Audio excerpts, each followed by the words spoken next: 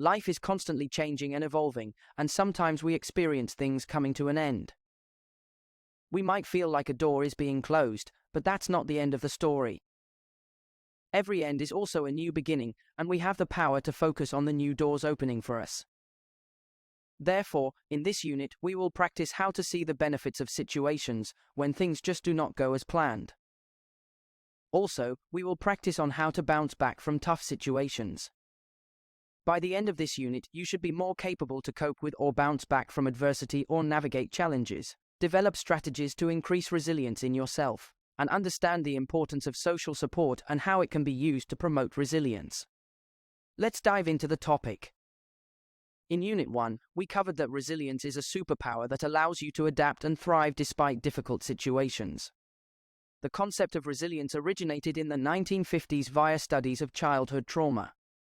Experts say that resilience is a mix of persistence, toughness, and flexibility. You might bend, but you won't break. With benefits like improved social life, better performance under pressure, and protection from mental illnesses. Let's see what more science has to say about resilience. When you're more resilient, you're less likely to feel anxious or stressed. With resilience, you can better handle stressful situations. Moreover, if you have a strong foundation of resilience, you'll be better equipped to handle mental health problems. Resilient people may also feel more optimistic, have greater ambition and satisfaction with life, and find it easier to maintain emotional stability. To help you get more resilient and experience all those benefits, we have prepared activities. Let's start with the first activity, doors. This activity will help you become more aware of the potential that arises from closed doors. It'll be all about creating a more optimistic outlook for the future and helping you recognize the new opportunities opening up for you. For this activity, you will need a pen and a paper. Feel free to pause the video after each new instruction to have enough time to think and work. Ready? Let's start with a question. Have you ever experienced a time when something didn't go your way? These are moments when a door has closed in your life. Write one of these situations down in. The door that closed on me was. Now, think about what happened after. What doors opened after? What would have never happened if the first door didn't close? Write it down in. The doors that opened up for me because the first doors closed is.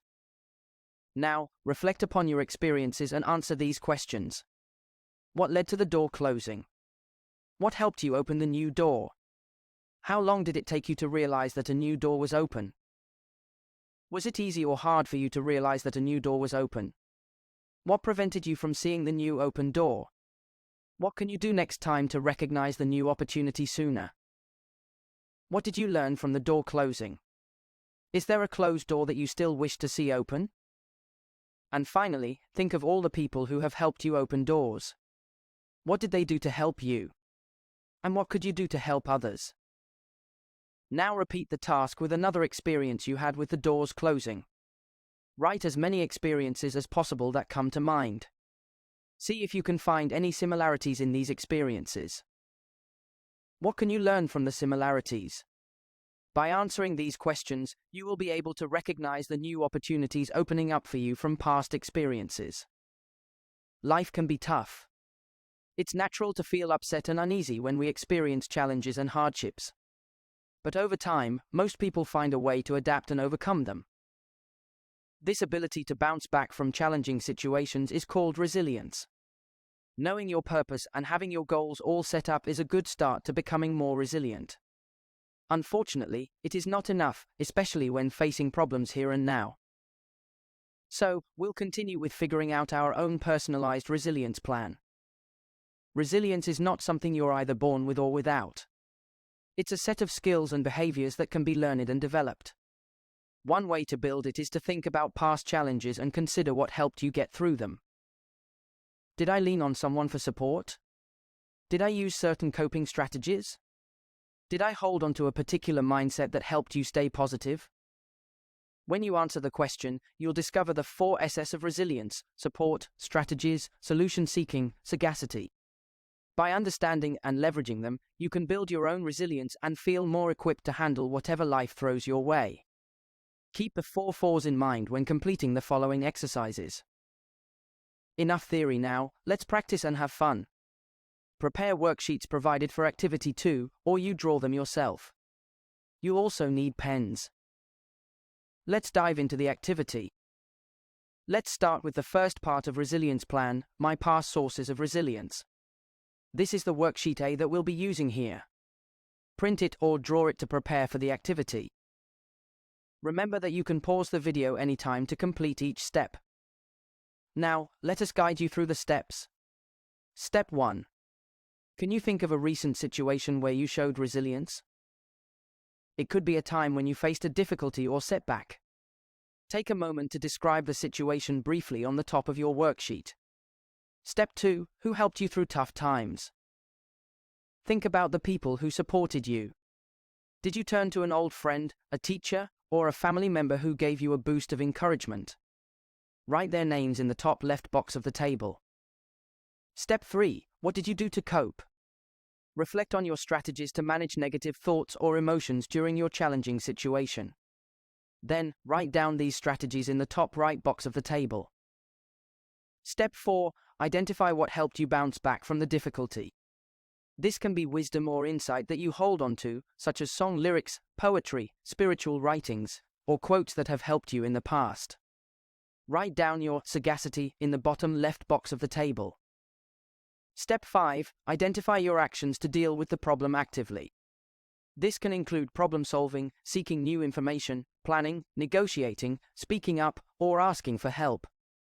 Write down these solution-seeking behaviors in the bottom right box of the table. Once you complete these steps, prepare yourself for part 2 with a new worksheet. Ready? Let's continue. In part 2, My Resilience Plan, we will be using the worksheet B here. Print it or draw it to prepare for the activity.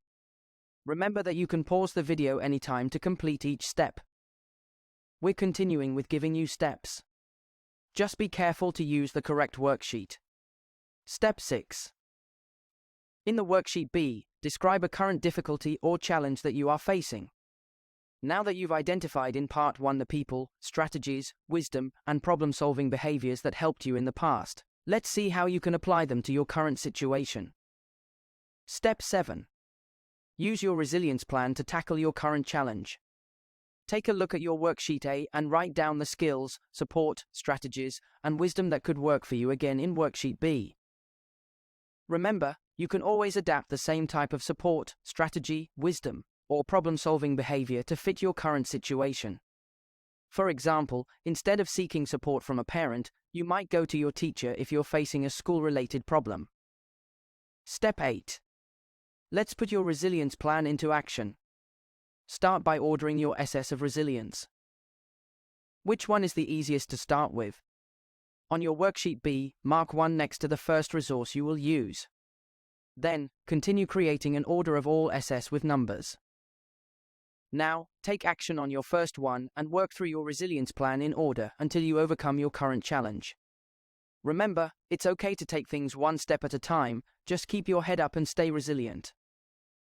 After completing Unit 2, take some time to reflect on what you have learned about resilience.